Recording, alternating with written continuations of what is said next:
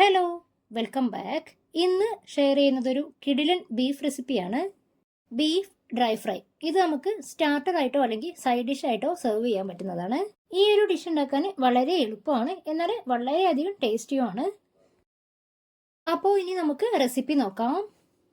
ആദ്യം ഒരു ബൗളിലേക്ക് എല്ലില്ലാത്ത വലിയ കഷ്ണങ്ങളാക്കിയ 3/4 കിലോ ബീഫ് ഇട്ട് കൊടുക്കുന്നുണ്ട്.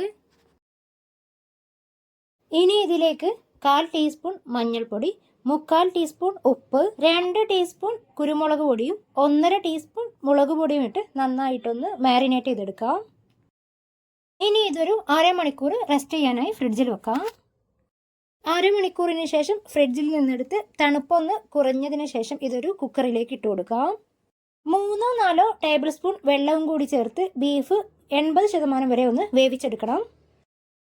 ഇനി ഒരു ബൗളിൽ 1 ടേബിൾ സ്പൂൺ വീതം ഇഞ്ചി വെളുത്തുള്ളി ചതച്ചത്, 1/2 ടീസ്പൂൺ പെരുംജീരകം ചതച്ചത്, 1/2 ടീസ്പൂൺ ഉണക്കമുളക് ചതച്ചത്, 3 table spoon cornflour, 1/2 teaspoon Kashmiri മുളക് പൊടി, 1/2 ടീസ്പൂൺ ഉപ്പ്, ഒരു പകുതി ചെറുനാരങ്ങയുടെ നീരും 2 ടേബിൾ സ്പൂൺ ബീഫ് വേവിച്ച വെള്ളം കൂടി ചേർത്ത് നന്നായിട്ടൊന്ന് മിക്സ് ചെയ്തെടുക്കാം.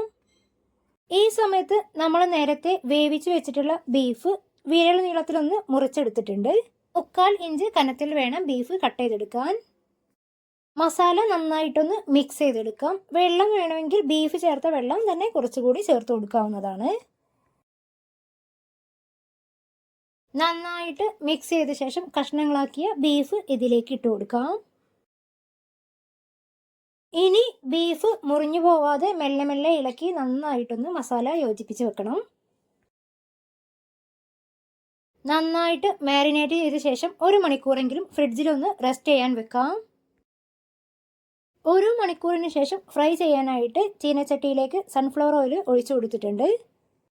എണ്ണ നന്നായിട്ട് ചൂടായ ശേഷം ബീഫ് കഷ്ണങ്ങൾ ഓരോന്നായിട്ട് വേണം എണ്ണയിലേക്ക് ഇട്ട് കൊടുക്കാൻ. തീ എപ്പോഴും മീഡിയം ഫ്ലെയിമിലായിരിക്കണം. ഓരോ പീസും ഇട്ട് 5-10 സെക്കൻഡിന് ശേഷം വേണം അടുത്ത പീസ് ഇട്ട് കൊടുക്കാൻ. അതുപോലെ വിട്ട് ആയിട്ട് ഇടാനായി ശ്രമിക്കുക. ആദ്യത്തെ ബാച്ച് ഇട്ടതിന് ശേഷം മസാലയൊക്കെ നന്നായിട്ട് പിടിച്ച് കോട്ടിംഗ് ഇളകി വരില്ല എന്ന സമയത്ത് മെല്ലെ ഒന്ന് ഇളക്കി കൊടുക്കാം. ബീഫ് കഷ്ണങ്ങൾ ഒന്നിച്ചിട്ട് കൊടുക്കുമ്പോൾ മസാലയെല്ലാം ഒന്നിച്ച് ഒട്ടിപ്പിടിക്കും. ക്രിസ്പിയായി തുടങ്ങുമ്പോൾ ഇതിലേക്ക് നീളത്തിലരിഞ്ഞ എരിവില്ലാത്ത പച്ചമുളകും കുറച്ച് കറിവേപ്പിലയും ഇട്ട് കൊടുക്കാം. കോട്ടിംഗ് ഒക്കെ നന്നായിട്ട് പിടിച്ച ശേഷം ഇനി മെല്ലെ മെല്ലെ ഇളക്കി കൊടുക്കാം. കറിവേപ്പിലയും പച്ചമുളകും നന്നായിട്ടൊന്ന് ഫ്രൈ ആവട്ടെ.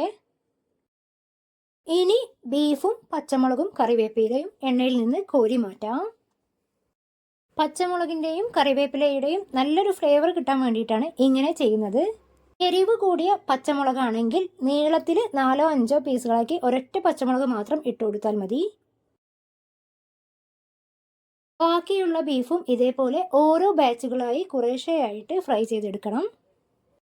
തീ ഒരിക്കലും ഹൈ ഫ്ലെയിമിലേക്ക് ആക്കരുത്. കോട്ടിംഗ് എല്ലാം കരിയുകയും ഉള്ളിൽ ബീഫ് വേവാതിരിക്കുകയും ചെയ്യും. ചട്ടിയിലേക്കിട്ട് ബീഫ് കഷ്ണങ്ങൾ നന്നായിട്ടൊന്ന് ചൂടായതിനു ശേഷം മാത്രം മെല്ലെ മെല്ലെ ഇളക്കി കൊടുത്താൽ മതി. അപ്പോൾ ഇത്രയുള്ളൂ. ഇതുവരെ ഈ ഒരു റെസിപ്പി ട്രൈ ചെയ്യാത്തവരുണ്ടെങ്കിൽ തീർച്ചയായും ട്രൈ ചെയ്ത് നോക്കണം. നിങ്ങളുടെ ഫീഡ്ബാക്ക് അറിയിക്കാനും മറക്കരുത്. നിങ്ങൾ ഈ ചാനൽ ആദ്യമായിട്ടാണ് കാണുന്നതെങ്കിൽ സബ്സ്ക്രൈബ് ചെയ്യാനും ലൈക്ക് ചെയ്യാനും ഒന്നും മറന്നു പോകരുത്. പുതിയൊരു വീഡിയോയുമായി വീണ്ടും കാണുന്നത് വരേക്കും ബൈ.